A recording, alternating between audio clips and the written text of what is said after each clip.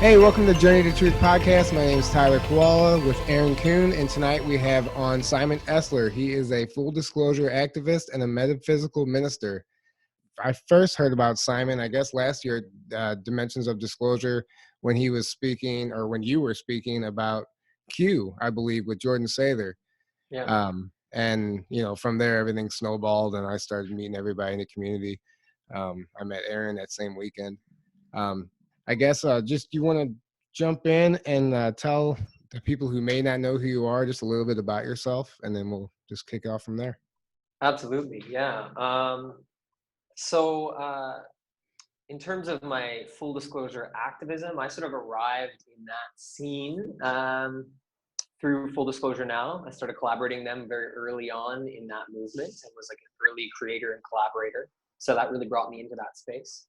I live and work in Toronto, Ontario, up in Canada, and I am ordained here as a metaphysical minister, which basically means I'm recognized by the government of Ontario as a minister with the legal status that comes with that. So I offer people in the community custom ceremonies, wedding ceremonies, any other kind of ceremony they want.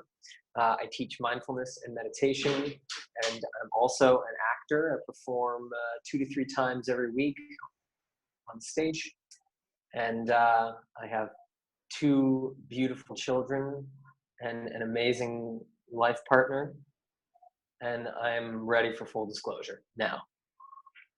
That's amazing that you have time for full disclosure with that schedule.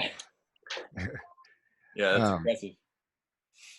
That's one of the things that you frequently post about, which I've been really dying to talk about on this podcast and we haven't got a chance to do, is the secret space program.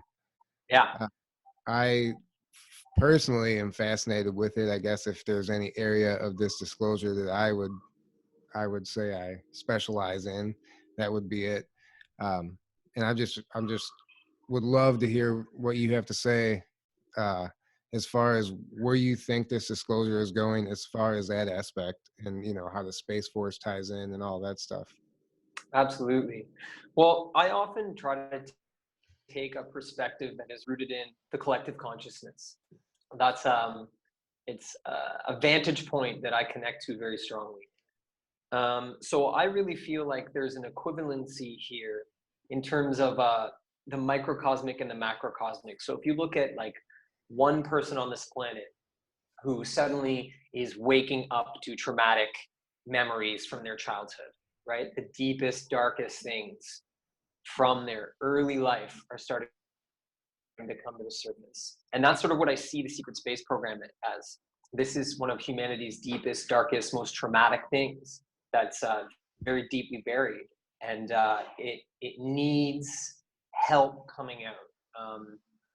For it to arise in the public consciousness, there needs to be a certain level of wellness on Earth so that it can be processed properly. Now, that doesn't mean that everyone has to be sort of at a very high state of consciousness for it to happen, but I think a certain percentage of the population needs to be able to hold a vibration so that this kind of information can come out more fully. In terms of the way this is all playing out, like with the Space Force and Antarctica, I think in following Q from the beginning, it's very clear that there's some encouragement for the Q community to look towards secret space programs. Otherwise, Q would not have even gone near it. Right? So I think there's gentle encouragement from the Q team to move people in that direction, but they're being very careful about it because there is more disinformation around sort of space, extraterrestrials, revolutionary technology than there is in any other sphere, I would say. And interestingly, I was listening to, what was it? Yes, it was David Robert Steele. I was watching him speak, and he was saying that to his knowledge as a CIA agent, there is more mind control in NASA than anywhere else. That there's more disinformation coming out of space-based projects than anywhere else. I And believe that. interestingly, I saw an interview with him about a month ago, and he was saying how he didn't really want to go near the secret space program subject anymore because he really wanted to focus on other things. Now, it's clear that his focus is really big on the human trafficking and pedophilia right now. So I'm wondering if maybe he wanted to create space from SSPs so that he could bring more credibility to the human trafficking and the pedophilia aspect. But it was very telling to me that an ex-CIA agent was alluding to the fact that there's more disinformation and mind control in sort of NASA and the whole space area than in any other place. That's pretty telling. Yeah, and if he gains that credibility in the human trafficking and the pedophilia, that might help him. That might, help him when he comes forward about secret space program, or when he tries to shine a light on that. He's built his credibility over here, so maybe that's another angle to look at it. I totally agree. Yeah. I totally agree. I think, yeah, it's important because the secret space program would not exist without abuse of children. It has thrived on that. The MyLab programs are essential to the functionality of secret space programs. Even some of the more like white hat-ish areas, I mean, it's all really, really corrupt, but they've all sort of thrived on manipulating and abusing children. There really was no other way for them to acquire the assets they needed.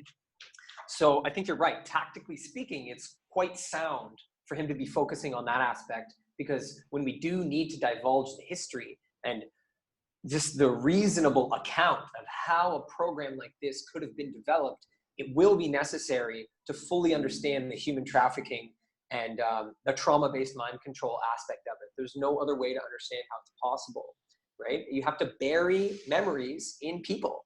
You have to hide knowledge in people. It is the best and most effective place for them to do this. So at some point in the process, they realized that hiding information in the world was not the best way. Hiding it in people was the best way. And it's been very effective. Yeah, that's actually very interesting. I don't know if I've actually thought about it that way, but it is, because that's the best way to not leave any evidence behind as well, is hide it in the people. And whether somebody wants to believe that person or not, it's up to them. But the people on the right path, that information will resonate or trigger a memory with them. Yeah, that's a very important concept right there, actually. That's super important, that it's not really up to us when someone is receptive to this information. We keep putting it out there, and you keep, planting seeds, but it's not up to us if someone is or is not ready to receive this information. So I really do promote like non-attachment in terms of full disclosure activism, that this feeling that you need to wake other people up, to me, it's a big distraction, and it siphons energy from our community in a big way. And I think if we were more detached from this process of supporting the awakening, if we weren't as fixated on specific results, I think we could really come together as a community more effectively. Yeah, I agree with that. I agree with that totally. I saw on Facebook just not that long ago, you put a poll up, a vote for 2 topics you want to speak about at Dimensions of Disclosure this year. What were those again? How did you have those worded? Yeah, so one was learning from Luciferians, developing the antithesis to Luciferian consciousness. And then the other one, what was my other one? I have to remember it now. Metaphysical yes. Activism. That's right. There's metaphysical activism. Being a full disclosure activist, essentially what I'm talking about here is that our activism in full disclosure, it needs to be rooted in certain metaphysical arrangements within ourselves.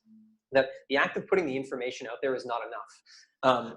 When you are putting information out there, let's say literally when you're in the process of composing like a Facebook post, the consciousness that you're in as you're composing that is embedded in the post. Everything you create is embedded with the consciousness you had at the time of that creation.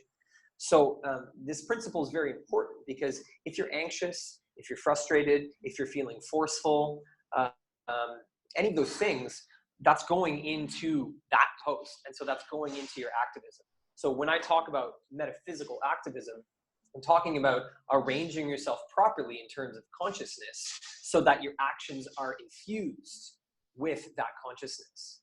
So this principle, I think, could be amplified greatly. Well, that one gets my vote. Yeah.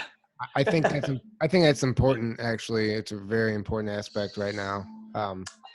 Is it? I think you had like a little caption underneath, like, "Is it our job to wake other people up?" Or and you had it. That's right. That's right. Why waking others up is none of your business. Yes, that was it. Yeah. And I think that is, man, that says it all. It is our business, but it's none of our business. That's right. Doing the work and planting the seeds is our business, but the results, like you said, you can't be attached to the results. You can't force anyone to wake up. No, you can't.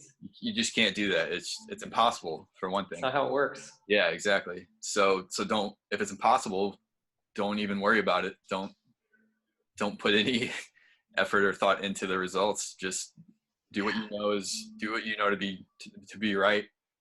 And the people that are ready for it, they're going to wake up, they're going to be ready for that message, and it's going to resonate with them. And they're going to be like, yeah, that, like, or maybe they've heard it before somewhere, and then you come along and like kind of confirm what they've heard. And yes, and that pushes them over the edge to really like either start researching that more or to really be like, maybe that is true, like, and confirm maybe things they've been leaning towards but kind of iffy on, who knows? Yeah, you don't know where anyone's at. That's the whole point. And that's very well said, by the way, because that's very true. You don't know where anybody's at in life. Yeah. No, you cannot know. You cannot know. And what you're pointing to is really familiar to everyone, oddly enough, even though people are a little bit taken aback when I say waking others up is none of your business. The things that are going on are actually very familiar to everyone. And it's about synchronicity, right? So when you experience a powerful synchronicity, you feel it in your body. There are strong feelings associated with that, right? And that feeling of synchronicity that you're having in your body, this is a very private experience. And it's not being caused by people around you. This is like a communion with spirit. It's a communion with your life path. So it's a very sacred, but it's a very sort of private internal experience. So the idea that you could control or manipulate that sacred experience within anyone is kind of crazy. Of course you can't. You can't create the feeling of synchronicity in another human body, right? So we all experience this. We all go through these moments of, whoa, that information just like activated my whole body. But that process is mysterious. It's entirely mysterious to us, and it should be mysterious. And I think if we really tap into what that's been like for each of us as individuals, then we can start to gain some understanding of why it's not our job to create something so sacred and so mysterious in another person. Certainly we want that for other people, and we know the information that we have is very charged and has that potential, but it's between that individual and spirit when they're going to have those moments of their awakening, like that's big stuff. Yeah. Right. I think everybody in this community has had that moment, has had those feelings. Obviously, that's why we're here doing this. Yes. And it's one of the hardest things is to not get excited about it and go tell everybody, because you want to tell everybody, but then all of a sudden you put yourself into this box separate from the rest of the world, which is happening anyway, but it's just more obvious when you're out there shoving it in people's faces.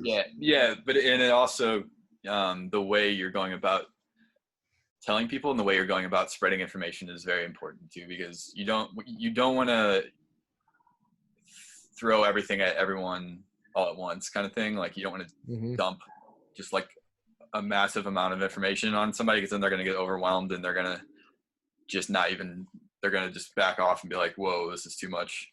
Yeah. Yes. Or this is just crazy, it'll make it very easy for them to to do that when you do that, and they're just not going to hear you. So you want to do it in a way that most people are still going to be at least open to, I think, and isn't going to overwhelm people, and will at least get people thinking on a certain train of thought, like thinking about something, you know, whereas Yes. before you weren't even thinking about it, right? I think that's Yes.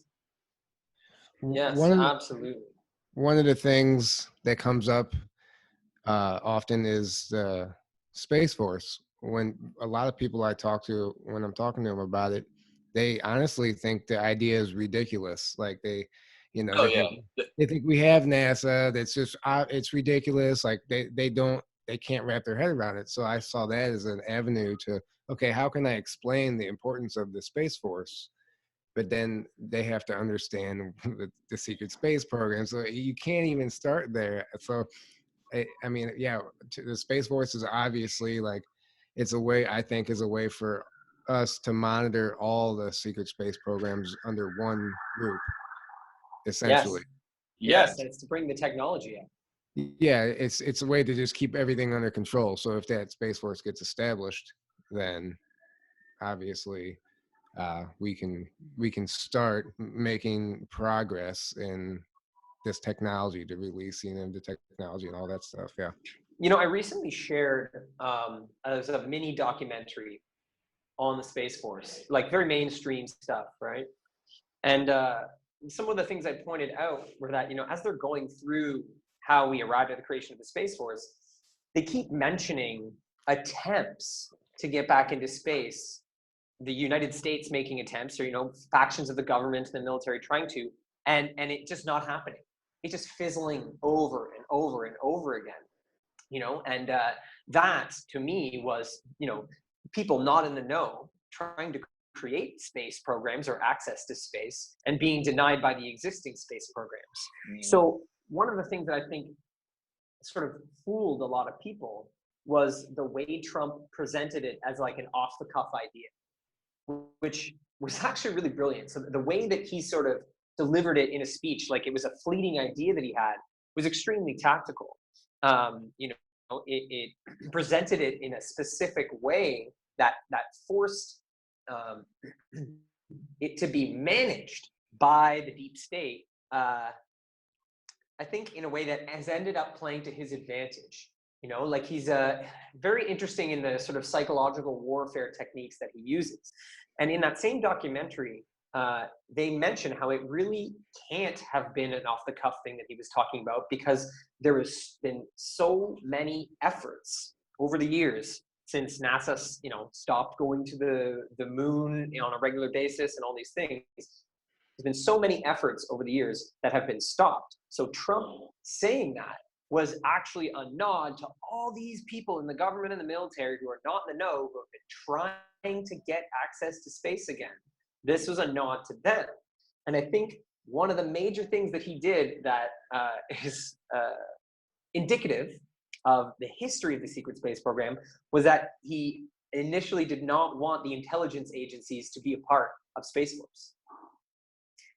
There was this, you know, and when you look at the history of intelligence agencies being infiltrated by the Fourth Reich, you know, that came out of World War II, and the extent to which the CIA and then eventually the NSA and the FBI became infiltrated, it's very obvious why Trump was keeping them out of the development of the Space Force, because quite frankly, they're all already in space and they're looking to curtail any efforts at the three major things that I've personally identified in my research, which is revolutionary technology, access to space, and non-terrestrial relations. And those three things, they keep a very, very closed lid on. They're very careful about those things. So I think personally, I'm always watching out for anything in those three areas. In terms of full disclosure, I think those are the three pillars that have sort of sustained secret space program suppression. As long as they've suppressed those things, the revolutionary tech, the non-terrestrial relations, and the access to space. So, you know, watching Space Force unfold and watching all this happen, I mean, we can only know so much because a lot of it has to be covert in the way that they have to develop it, but pretty fascinating stuff. Now, Yeah. I know exactly what people I would pick in this list, but I'm going to ask you. So if you were trying to explain the secret space programs to somebody and you wanted to give them somewhere to begin their research, where would you send them to? What whistleblowers, what site would you send them to? That's a really good question. Well, I'll say initially that I try not to develop preconceived formulas for moments of disclosure or moments of activism, because I have found that it takes me out of being present with whoever I'm communicating with. So my technique is to let my deep presence, so for me to become silent enough that whoever I'm dealing with shows me where they're open, right? So instead of developing like a formula for, where I'm going to send people, what I do is try to feel out exactly who I'm with, whether that's a person or a group, and really respond to where they're at, honor exactly where they're at in their path in terms of the secret space program for this particular example. So I recently had this experience because I've started to red pill some of like my old like high school friends and family who really were not aware of my involvement in any of this. And so one of these old friends approached me in a bar, and he was seriously concerned for me. He was worried that I was having mental health issues based on what I was posting. Been there. I've been there. Yeah, I mean, this is common. It's common, right? But so what my response to him ended up being, how can we properly discuss something if we both haven't looked at some of the same sources? So my invitation to him was, if you want to discuss this topic, then let's agree to look at some of the same things, and then let's go over them together, right? But I love that. That's beautiful. Yeah. it's super important, like proper discussions. You're never going to convince anyone of the secret space program in the first go. I mean, it's just not, it's not going to happen, and it shouldn't, because this is a highly complex subject. This is something that requires intense research, and there's a lot of evidence. But in terms of proof, that's a difficult thing to come by, because proof is very tricky in comparison to evidence, right? If you're looking at like something in a court trial, they have to weave together all different types of evidence for it to become proof, which is then allowed to be treated as such.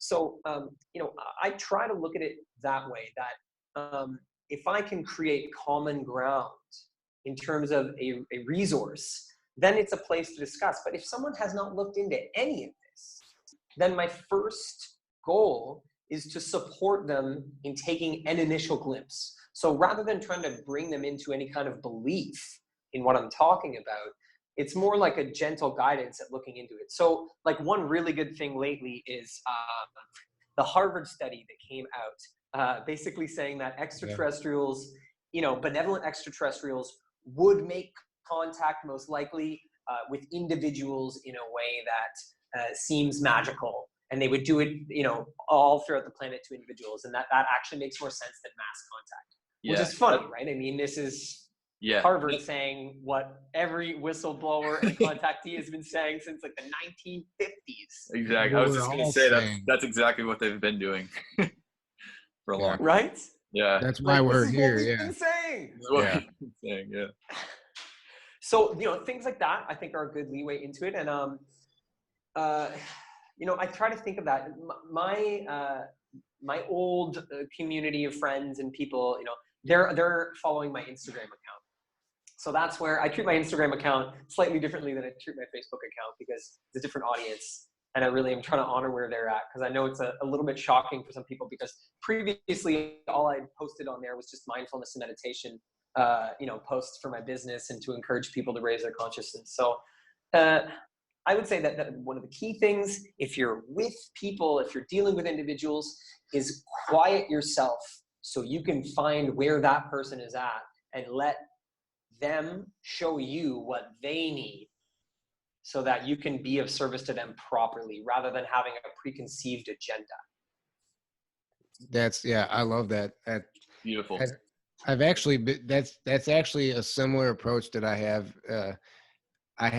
I guess I haven't put nearly as much thought into the process as you've just explained, but I do the same thing. You feel out the person, and like you can't just go with the same information to every person. It's just you got to feel them out, and then maybe you want to tell them something about the Space Force or a secret space program, but you end up talking about something else because you realize this information may be more beneficial to them.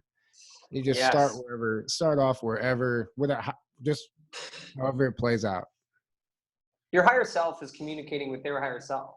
So if you can allow that conversation to inform what you're doing, you can really be of service. And this, for those of us that have looked through the Law of One and have studied the Law of One, I mean, every single session in the Law of One, they give that warning. They say, we don't want anything we're offering to be a stumbling block.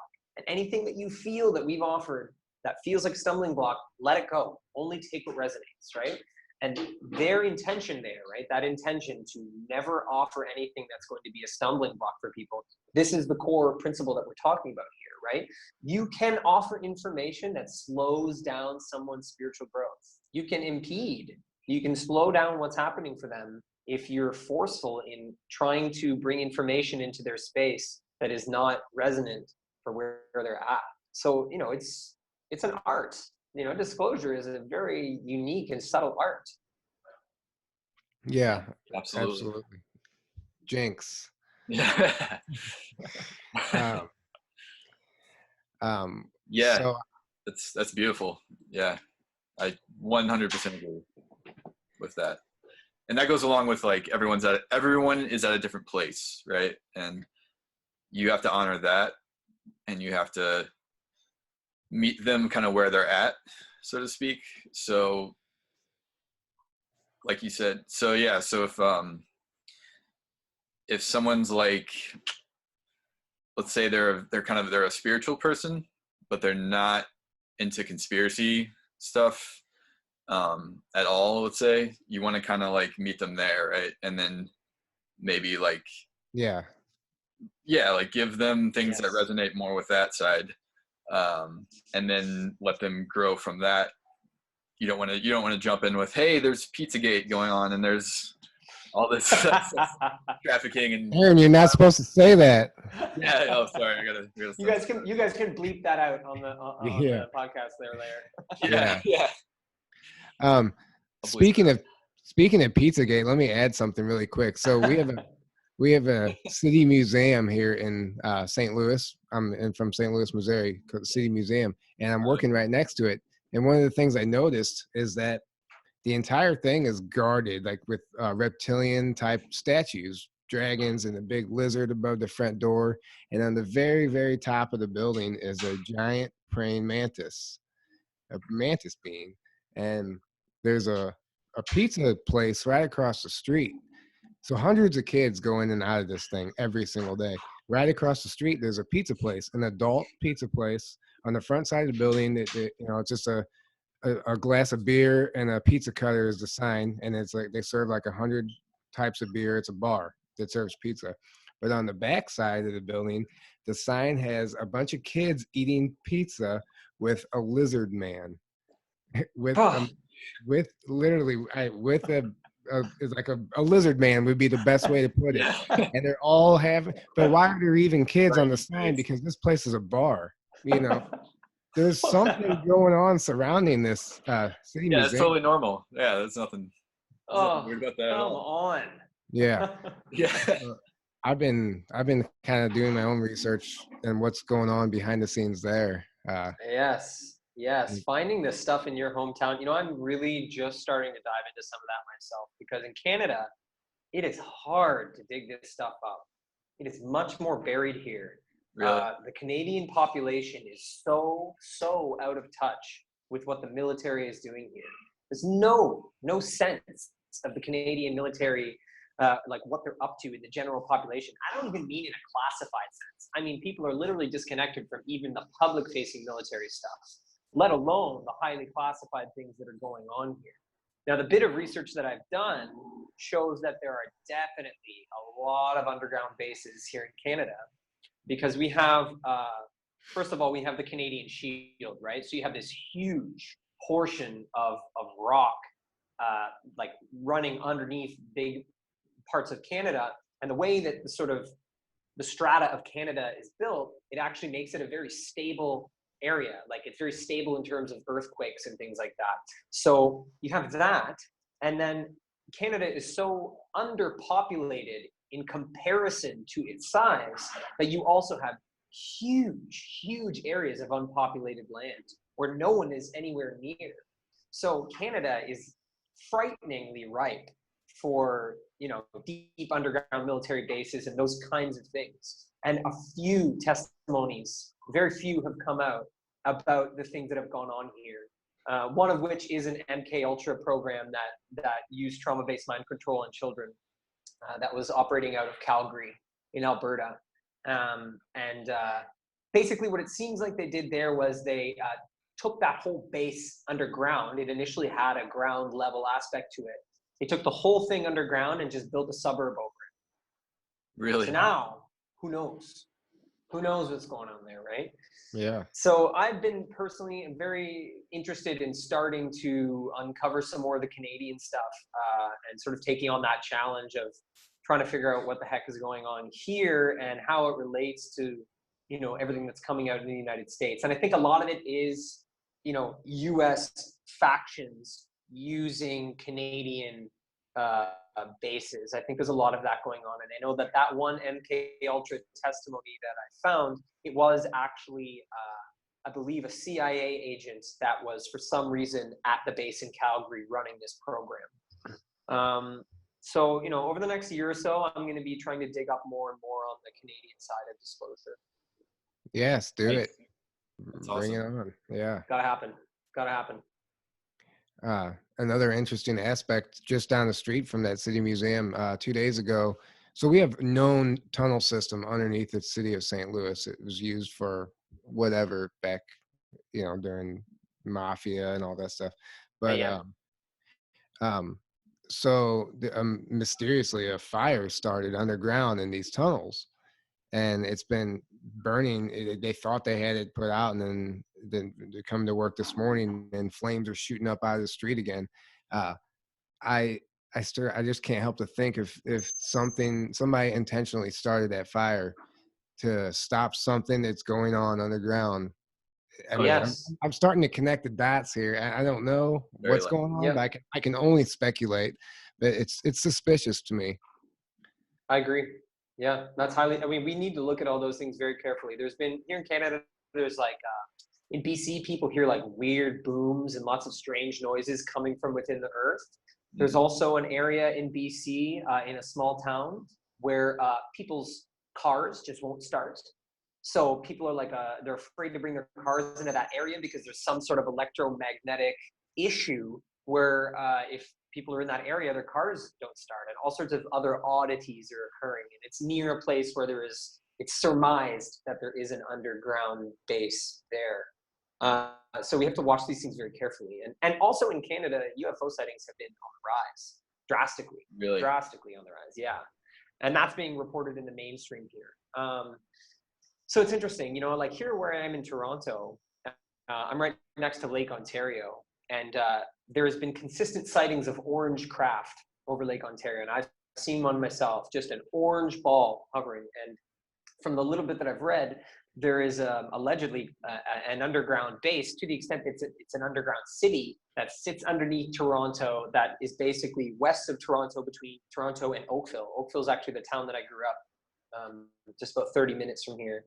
And so from what I've read, these orange craft are basically coming and going from a base that's actually underneath the city where I live. I don't know, it's going to take a lot of digging for me to find out what's going on in my own city. It's going to be interesting. Literally a lot of digging to get down to that underground. Yeah, I gotta get a shovel. Yeah.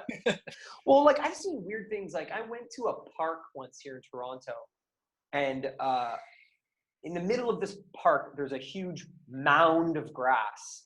And then where the mound of grass stops, there's just a metal door going into the earth. It's unlabeled, it's locked, and it's in the middle of a giant park. Like, what the hell is that? It's art. It's an artistic feature. That's all. Yeah. Sorry, don't worry Yeah. about it.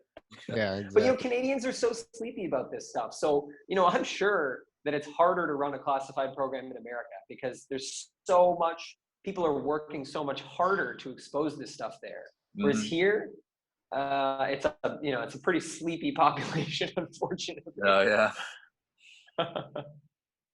Aaron, what about up in Kansas, Wichita? What do you got going on up there? Anything? It's pretty sleepy out here. Yeah. But Same deal, eh? I don't know. I've only been here for less than a year. I'm from St. Louis too. That's where I lived all before I had moved here, and grew up. But I don't know. I'm in the middle of Kansas right now, and there's Air Force. There's an Air Force base here, so I'm sure there's stuff going on, connected to that maybe. And I have heard a few unexplained booms actually. There were these really loud booms that like everyone heard, and I looked on Facebook, I looked online, and no one knew what it was. And I think eventually they came out and said, or one of them, they eventually said it was some kind of military testing. That's a classic cover up. Yes, a right? generic and evasive response. Yeah, classic. And I was like, oh yeah, of course it was. Yeah. Well, at this point, I think it would be relevant to ask, where isn't there an underground facility? Exactly. At this point, I'd rather see a map of where is there no underground tunnel or base? Because that's probably, it's got to be so extensive at this point. It's been so successfully developed. Who knows? I think Emery Smith said he personally knows of like 300 just himself.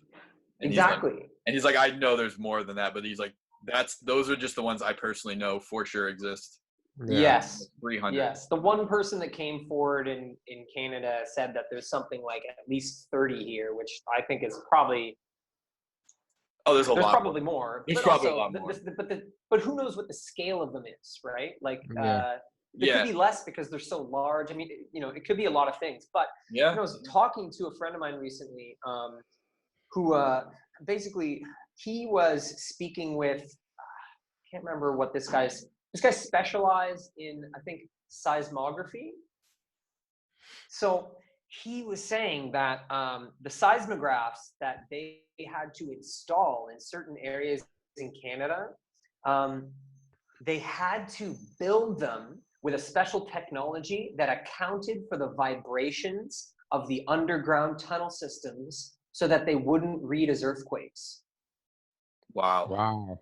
So they had to tune these devices so that every time these underground systems went by, it wasn't going to trigger any kind of scientific study into like random small earthquakes. So he personally was asked to help install technology, I guess, that made sure that these underground tunnel systems were invisible to the regular study of earthquakes in that area, which is pretty cool.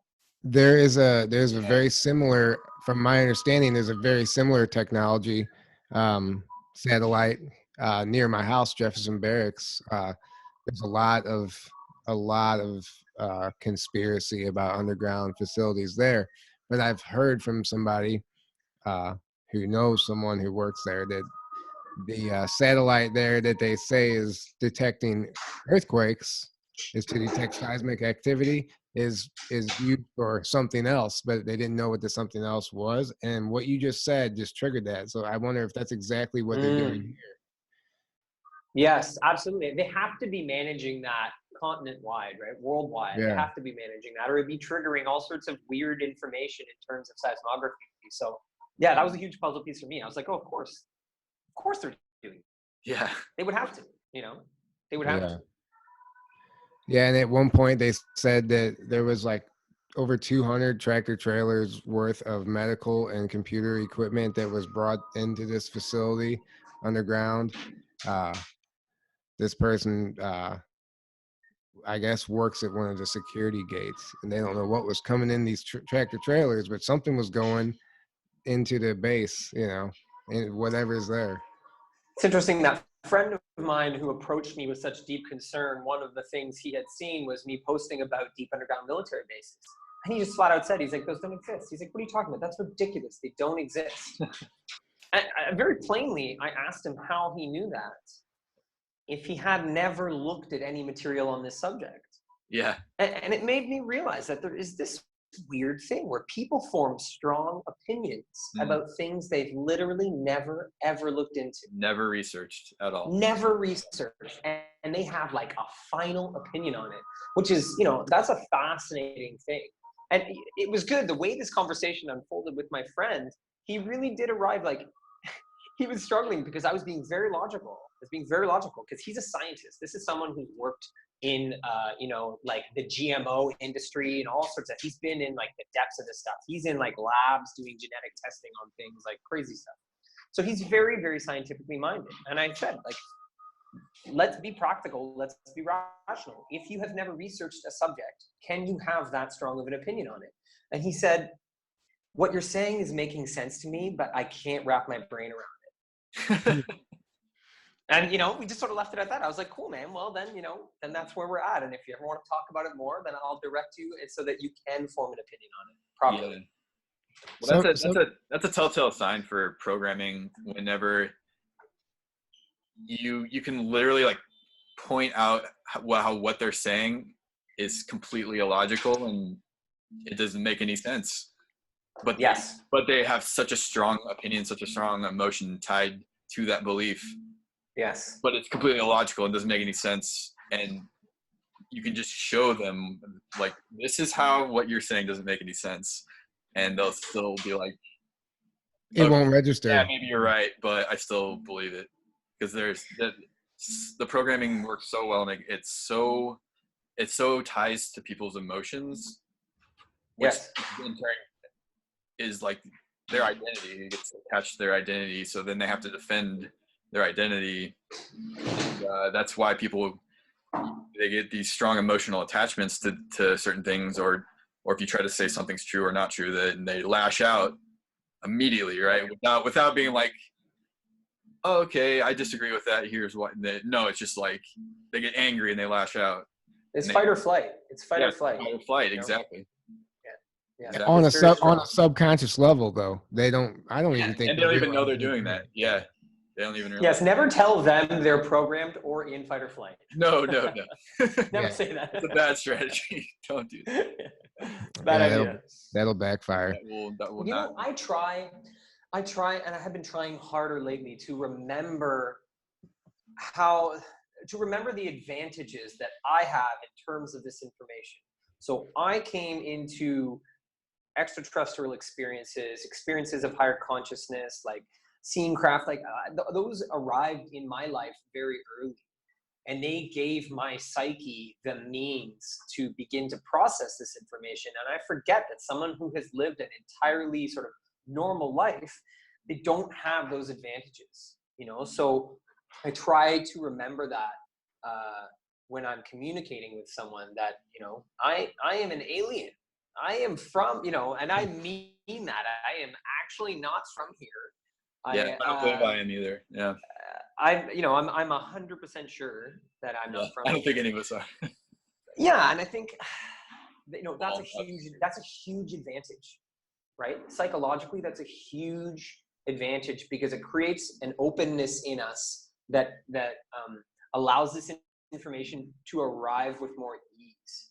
And so it's funny, today actually I did a session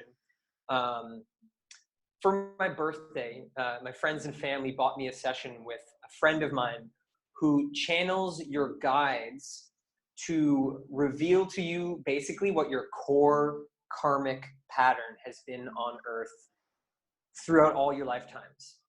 That we all have this like one core pattern that has been sort of building lifetime after lifetime, and the karma of that has become deeper and deeper. And now that we're within the Great Awakening, people are facing their core karmic pattern. So right before I hopped on here to meet you guys, I was in this session, and it really, it confirmed all of this for me. It confirmed basically that, you know, I came here from a different plane of existence, a more non-physical one. I was told that it's more of vibratory existence than it is like a physical one, and that it's more of like a collective. So like if we're looking at like the law of one, it would be something, you know, like that group. It could be that group. It could be very like that. When I read that material, I do feel very much at home. So it's possible it's that group. I don't know. Or but so entity, maybe. Yeah, it's like so I was given this information, and that part, you know, was sort of old hat for me. I've known for quite a while because I've had extraterrestrial memories come back to me very clearly. So I've known some of that stuff for a while. But the core pattern for me that I'm finding out was that my first lifetime here on Earth was so traumatic that I didn't feel it was tactically sound to allow my soul full participation in my human self and body. And so it's been sort of like once removed, lifetime after lifetime. And so that's like what I'm coming up against, you know, healing in this lifetime is really diving into that core pattern. And the essence of it is allowing the earth to feel like home. And I've been, from what I now understand, and I'm deeply resonant with the information that was given to me today, is that I was very resistant and resentful to the extent that I really did not want to allow the feeling of home in my body while I was incarnate on Earth. And so now part of the work that I'm doing is really allowing Earth to feel like home so that I can be more of service, because it's a great object to the service that I want to offer humanity. To sort of ostracize myself constantly. It's really, you know, I'm here to be here. And, you know, I think it's like, you know, how people say home is where the heart is. I think it's more like home is where the soul is. And if your soul isn't fully here, then you're not going to feel at home. Yeah. Yeah, well said. Totally. I agree. That's awesome. So just something I wanted to say earlier, which that was an amazing experience, by the way. And you did that just right before the podcast?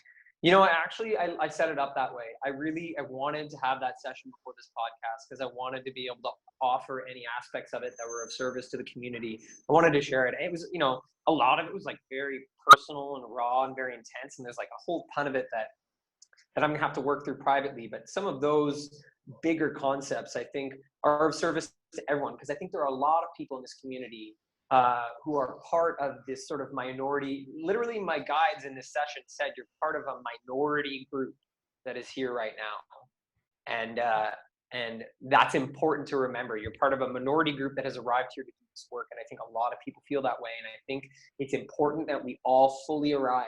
Let this be your home. Let it be your home. You know, don't get caught up in ideas that you're a starseed and your home is elsewhere. Like, your home has to be here so that you can be of service to this place. If you're at all removed, then you're not fully of service. You know, if you're ready to leave, if you're 1 foot out the door, you can't honor your contract here.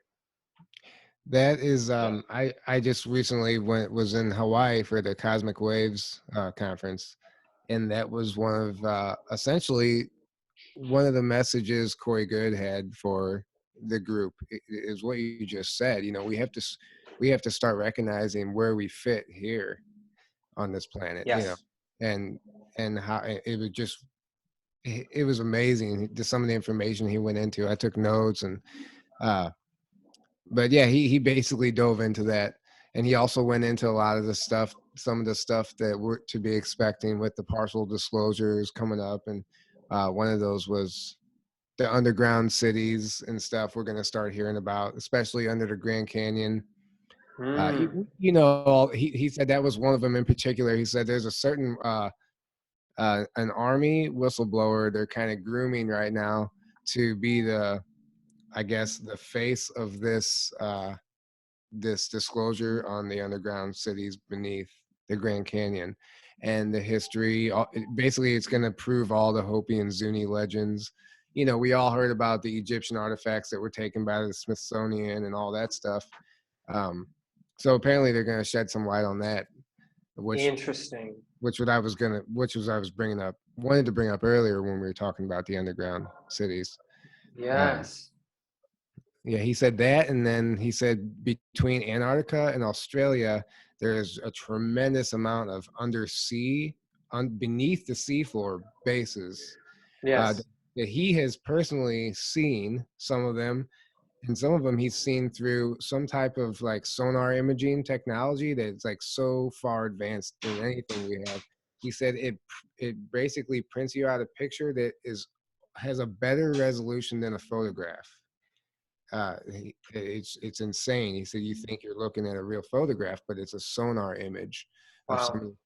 That's another one of the other disclosures he said. And you know, the runes on the moon and Mars, all that stuff. That was pretty cool. Yeah. It's So, something- well, he also said so the deep state's about to.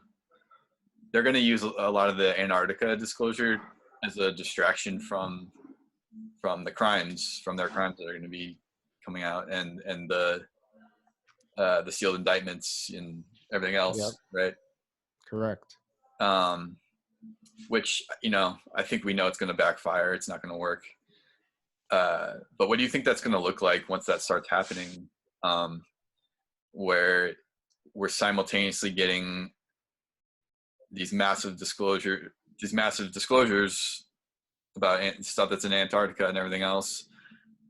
But then they're also revealing, like, hey, here's all these criminals that have been running things and doing all this trafficking and Yeah, stealing I think else. one of the ways it really could backfire on them is the Antarctic Treaty System, right? So if they're looking at using disclosures of, secret bases in Antarctica, let's say, or any secret projects in Antarctica, period, that is a breach of an international agreement, right? That there be a non-military presence, that it's scientific studies only, and that all the science has to be transparent and available to all other countries, right? So the Antarctic Treaty System is very important here. So anything that they plan on disclosing that's been secretly happening in Antarctica is breaking a massive international agreement that has been symbolic on Earth, since it was created, as something more advanced, as humanity doing something finally more peaceful, everyone working together in Antarctica. There's this belief that people are putting aside their differences and working together in Antarctica. So it's going to blow up that sentiment in the human population, right? People are going to be pissed that they've been lying about Antarctica this whole time. And you can see some of this tension is building right now. I shared an article today about, the tension with China trying to get their foot in the door in Antarctica, and about how China recently made a complaint about a US base encroaching on their territory, and the response is that base doesn't exist. So this is happening already. You're already getting tensions. You're getting China saying the US is doing things in Antarctica that they're not admitting to. So you already have, I guess, factions fighting with each other. And to me, that article that I posted today, it seems to be really about that they're threatening to bring more public awareness to secrecy in Antarctica. So if you have these crimes against humanity going on, and then the distraction is supposed to be, we've broken the Antarctic Treaty System. Yeah. I mean, how's that going to work? Like, that's going to be a huge blow to so many people as it is. So personally, it'll be amazing, but I don't think it's tactically sound. I think it's going to fail. Well, my understanding, what Corey said was they're gonna. It's not that they're gonna reveal maybe the bases and all that stuff, but they're gonna be like, oh, hey, we found these crashed alien ships. The ones that are nicknamed Nina, Pinta, Santa Maria. Yep. Oh, look what we found in Antarctica, and look at all this. And like, oh, they were ancient extraterrestrial ships that crashed here, and all the technology that's on them, and oh, look how amazing it is, and oh, this changes history, blah blah blah. Oh, but they're long dead, and like. Yes, I know. I know but that like, whole give us narrative that they're looking information to about that at the same time to kind of like still shut down like the ET topic and like. Oh, I think, yeah. I mean, it's possible. It's possible they might pull that off, but I think presenting that as a new discovery, I think is going to be pretty tricky with the way the Antarctic treaty system supposedly works. Yeah, because then it's like, how there would have had to have been transparency with every other country. Yeah. If they're going to present this as a valid project we've been working on, and we just discovered these ships, like all the other countries, like I just don't see how they're going to do that, because all these other countries that are working in Antarctica are supposed to have access to every other project that is occurring there. Yeah. That's part of the agreement, right? So how are they gonna do it off anyway? He made sure to let us know that he doesn't think this narrative is going to play out because too many factors are at play now. Yeah. But he said part of it was, if it were to play out, is they were going to show us these Antarctic ruins, and the Cabal was going to connect their bloodline to these ruins, to these ET ruins, to make them to basically like, help them remain in control. We have the divine right to rule. And So the Rothschilds and all that stuff, they're trying to connect themselves to this ancient ET bloodline, so that we think, oh my God, they have ET DNA. We should listen to them. Totally. We need to. You know what? We should talk about this actually really quickly, because I've come up against this a couple times recently. So, okay, when we talk about Luciferianism, right? It's interesting. This has triggered a couple people recently in the community talking about Luciferianism, because there's this idea that in Christian theology, Lucifer, is just a light bearer. He's not a bad guy, right? There's this idea that, the Cabal just warped the idea of a positive being, but they don't understand that it's not their idea of a higher being. To them, Lucifer is an extraterrestrial, a real physical being that arrived here that was more advanced than humanity. And they believe that this extraterrestrial entity, like you said, is part of their original bloodline. Mm-hmm. That's really important to point out, because there's more like New Agey, and there's like aspects of Luciferianism that came like in like the 1900s and all that were just like looking at Lucifer as like just a Christian sort of angelic being, and then people spawned like positive versions of Luciferianism from that.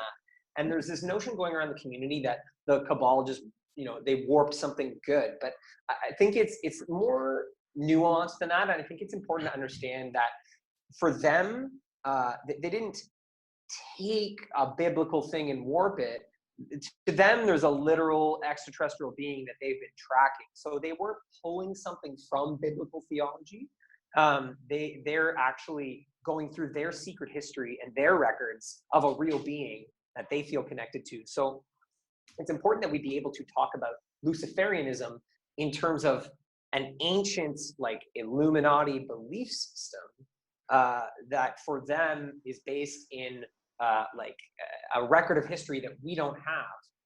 Mm-hmm. So I think that's really important, because a lot of people think that Luciferianism just started in like the late 1800s, and that it was like some Freemasons that just talked about it in a warped way. But it's really not that it was being talked about in the 1700s by the Illuminati, and that's because of this belief of an extraterrestrial lineage. So I wanted to clear that up, because I think there's a lot of confusion about it. No, this goes all the way back to Babylon and to ancient Egypt, and before that even. But that's like the oldest of our historical records that we have. It's like it goes all the way back there, but it's even before that. It's basically just been this secret cult. Secrecy, yeah, man. I know the secrecy is I think a hard thing for people to reconcile, the depth of the secrecy, right? Mm-hmm. So when we look at Luciferianism, and when we look at the sort of Christian offshoots that came from it later on, it was initially opposed and sort of ridiculed by the Illuminati, who had their core Luciferian belief system.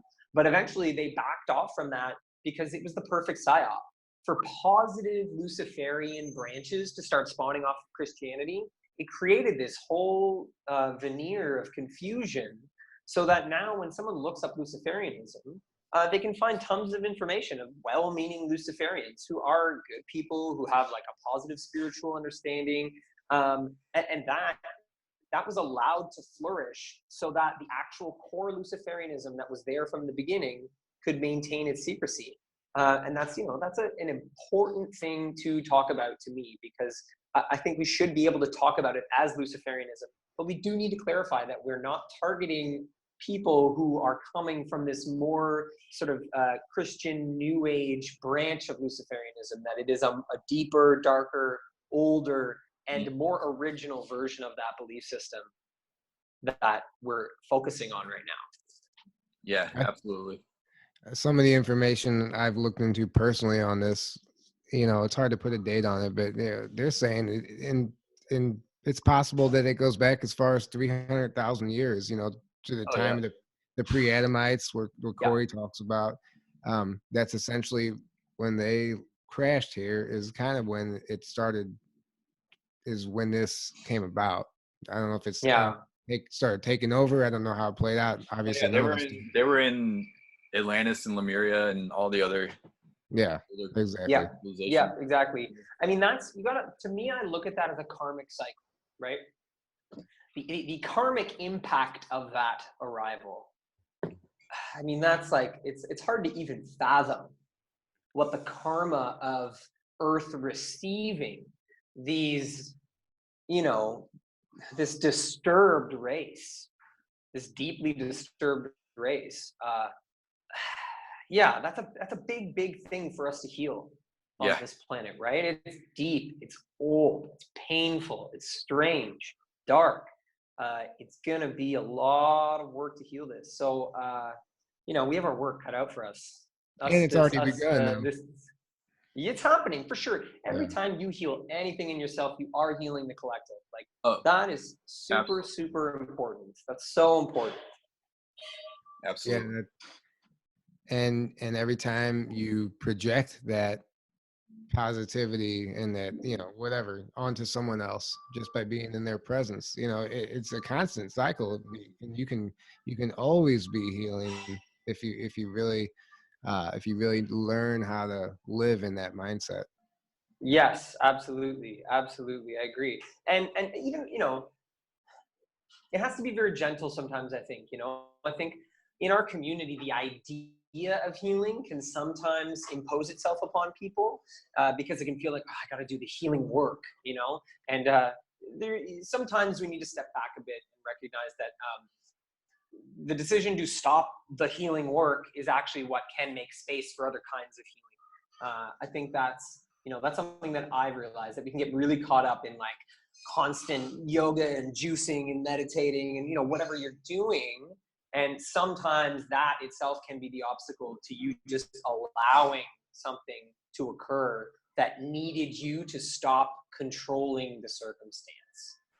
Absolutely. Yeah, I agree with that. Aaron, you were talking about that the other night when we were talking something about when you want something so badly, it kind of has the opposite effect on it. Yeah. So, people think there's this mindset of like, oh, I have to work really hard to like either get what I want or to heal or to do, people think they constantly have to be stressing and working to achieve their goal, achieve their goals, or to do like good work and like help people or whatever. And it's like, no, like, and if you look at it like with, how manifesting works and the law of attraction, you don't manifest a reality by wanting that reality, by having this strong, like, oh, I really, really want that. Because when you want something, that's a lack consciousness. You're saying, I don't have that thing, right? So you're actually manifesting more of not having something. I don't know. Yeah, I don't know. I know not everyone agrees with. No, the principle you're talking about is super important. Important. It's about becoming the thing. It's about moving into that space, aligning. I really like that way of putting it. It's about aligning with whatever you're trying to manifest, right? So really what we want to be doing is just getting into alignment, raising our consciousness, expanding our consciousness, and moving into that space, and then it'll just naturally, you know, allow ourselves to naturally flow in that direction. And you're not stressing, you're not working yourself to death, you're not doing all those things where it's not fun. You know, if it's not fun, I think that's a red flag that something's not right. You know, you're not in the right space. Yes. So when you're having fun, when you're enjoying what you're doing, I think that's and things are flowing naturally. That's when things will fall into place. Yeah, that's the sign you're on the right path. I talk about this a lot. Yeah, I talk about this a lot in my sessions with clients, like teaching meditation and mindfulness. And the mantra that I always end up back at with people is less effort, more allowing. That Exactly. We are all we're overburdened with the amount of effort in our bodies. You know, our bodies are stuck in this state of trying. And the state of allowing is very, very different. And I look at meditation as an allowing. Meditation is not something you try to do. Meditation is something you allow. And we want that consciousness to infuse, you know, this comes back to what we were talking about with metaphysical activism. You want that consciousness to infuse your work in this field, in any field. How can you be in a state of allowing while you're working? You know, Exactly. It's a tricky thing and it takes practice, but to be in a state of allowing while you're in the act of working, it's very balanced. It's very, very balanced, and it supports the work, I think, more than people realize. So Yeah. You know, yeah, Absolutely. Yeah, I love the way you guys both just painted that picture, because a lot of people need to hear that. You know, you know, sometimes you think you go along for so long and you think you got it figured out, and then somebody says one little thing, it's like that moment, like, oh shit, I never really thought of it or looked at it that way. Yeah, you're like, oh yeah, it makes sense. And it, you know, and that's part of the reason we're doing this, hoping that other people have those same experiences listening to this information, whether they resonate with it or not. I just think it's very cool. It's a cool time right now. Yeah, it's amazing. Definitely. It's so amazing. Even though part of me is like filled with all sorts of weird anger and resentment from all my lifetimes here, you know, like that's definitely a reality of it for me. Having arrived on a planet where they just torture children, I mean, that's been a difficult thing to come to terms with, among other things. So, you know, there's some times when I'm like, yo, F this place, for sure. But then at the same time, it's like, this is the most incredible place to be right now, hands down. And that's why I'm here. So, you know, reconciling those two polarities is, you know, that's a big, big challenge. And I think coming across some of the harder information in this field, for me, it's gotten more and more activating. So when I first started to look into some of the more darker things, you know, like the ritual abuse and things like that, my response was much more deeply rooted in like anger and you know, fury, really. But now for me, it's coming to this place where I feel activated. The feeling that I'm getting the more I come into that information is, you cannot stop us. You will not stop us. There's no way you can stop us. What you have done has empowered us to change this planet. The karma that you have built, deep state, cabal, it's too late for you now. You've built up a situation where we now have the advantage because the momentum is moving in our direction. So, you know, that's a way that we can move into some of the darker information, right? Is to let it activate you, to let it really, really empower you to make this change. You know, I encourage people to try and find that response in themselves. And when they can't, when it's too much, back off the information. Definitely don't force yourself to go down a rabbit hole that's going to harm you. Well, and this goes back to what Aaron said earlier. He asked you, you know, how do you think it's going to play out when they're revealing Antarctica, and then also all these indictments and all this this horrific stuff is coming to the surface? Well, it's going to be easy because people run from that information. They don't want to hear about the sex trafficking and the, you know, this satanic ritual abuse and the pedophiles and all that stuff. So they're gonna go towards the, oh my God, just ancient discovery. Yeah. Well, what you just said is what people need to think about. You have to look at that information and let it activate you. I like that. I like that a lot, because even It's an allowing, right? yeah, even I find myself still shying away from a lot of it. I looked into a lot of it, and I think to myself, I've seen enough. I don't need to watch this video of this person being tortured or whatever, because it all comes up on our feed all the time. People Yeah. sharing it. But maybe I should take a minute and dive into it again, just to let that activate me. I like you said, allowing. Yes, absolutely, absolutely, man. We can all be doing that, and I think the power of this community, is we have no one has even come close to I think really realizing how powerful we are as a community. I mean, it's like I think about it all the time, and it's like we're just like tip of the iceberg in terms of how activated this community, this movement can be. We have so much untapped power that is ready to come forward. And I think we all could be doing more and more to allow that power to arrive, right? This is super important. I can't emphasize that enough. It's so important that you let your power arrive, and let the sense of this community's power arrive, because that's going to be a big defense against the attacks and the division, right? Yeah. That star seeds and ufology, we're targeted. We're targeted, and the more people let those moments of intense activation occur, the more we sort of build up our collective immune system to all that they're trying to do to reduce our power. And it very much is like an immune response, right? Like when you look at the way the immune system works and how it gets triggered and goes into action, that's one of the ways that we can look at some of the darker information, that you can let it activate this immune response, that like this part of you that steps forward that says, no, I have to stop this, like this needs to be changed. So, I sort of see our community as activating that there's like within the collective consciousness, there needs to be this immune response that has been suppressed for thousands of years. And we need to activate that immune response to start to clear out this illness. And that activation, to me, it comes from information and experiences that are deeply impactful.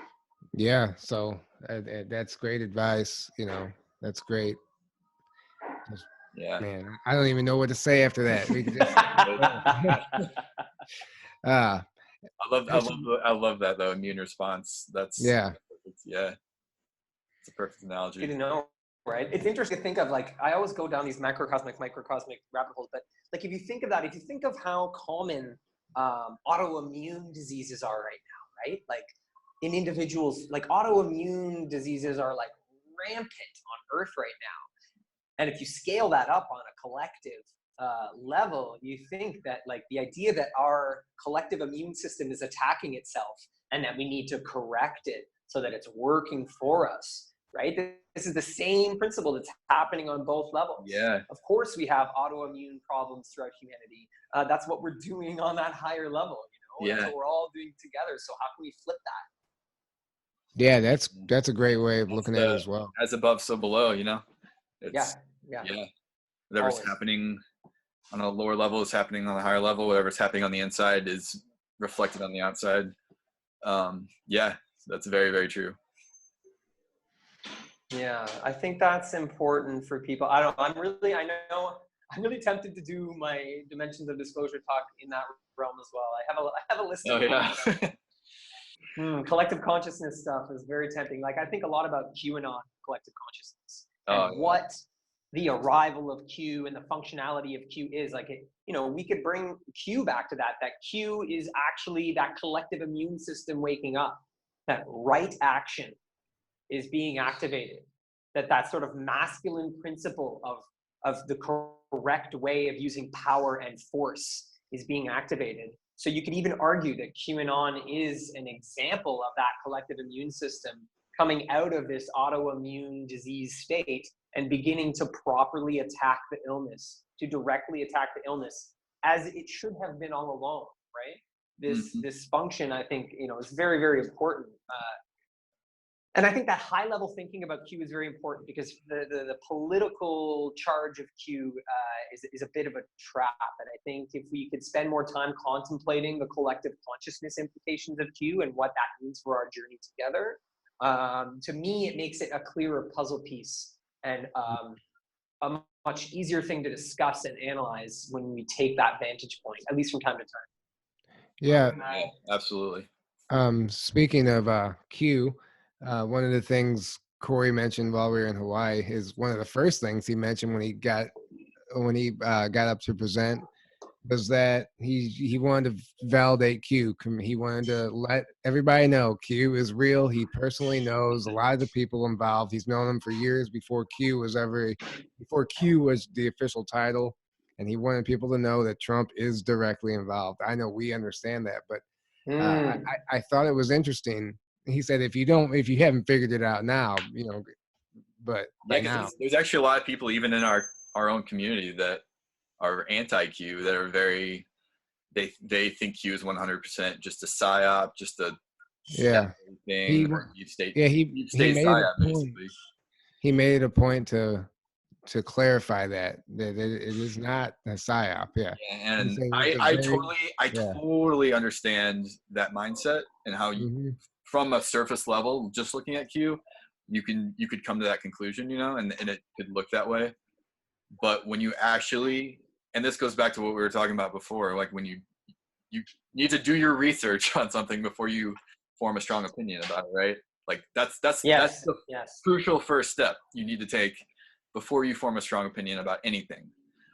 And I know, and with Q, a lot of people just do not do that, and they just form the opinion first, and then try to use whatever they can to back up that already formed opinion.